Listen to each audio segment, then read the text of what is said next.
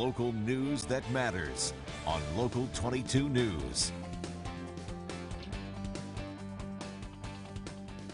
At this place in history, we're in Burlington looking out on Lake Champlain with Executive Director of the Vermont Historical Society, Steve Perkins. Steve, where are we and why?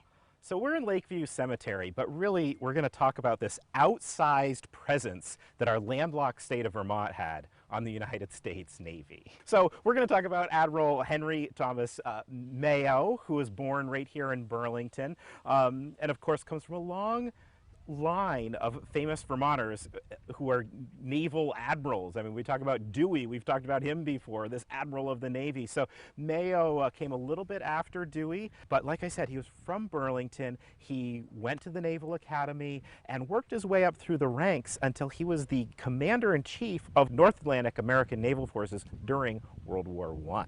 So another really kind of cool connection, other than being a native son of Vermont, to Vermont was one of his early postings was on the USS Bennington. And I think a lot of really, big military buffs know that there was an aircraft carrier in World War II called the USS Bennington. But before that, there was a gunboat, which was actually part of Dewey's fleet. But when Mayo was on it, that gunboat was a hydrographic services boat, meaning that it went out and it mapped the currents and the harbor bottoms so that the Navy could establish bases. This guy helped map Pearl Harbor to turn it into the U.S.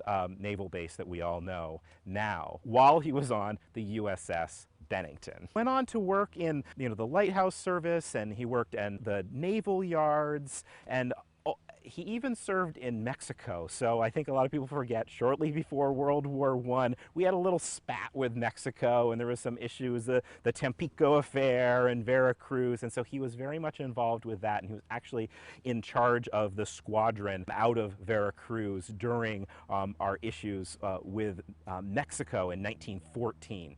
It was from that he got promoted to Vice Admiral and then ultimately Admiral of the Atlantic Fleet. So he was a big proponent of kind of convoy work and anti-submarine warfare. And by really thinking about how does the Navy counter submarines, he became a big advocate for airplanes.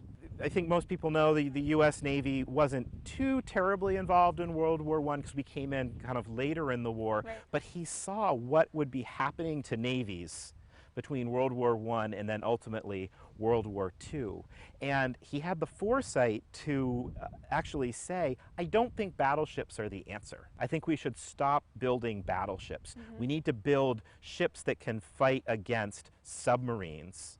And so he advocated for building cruisers and destroyers. And he said, why don't we investigate this idea of launching airplanes off of the decks of ships? And so this is before, really before you had aircraft carriers that we know now, but he was advocating for that at the time. So he really was a man ahead of his time. Yeah. He did retire in 1928, so he retired well before the development of the Navy that fought in World War II. But he certainly had a big impact on the development of what a modern Navy looks like. At this place in history.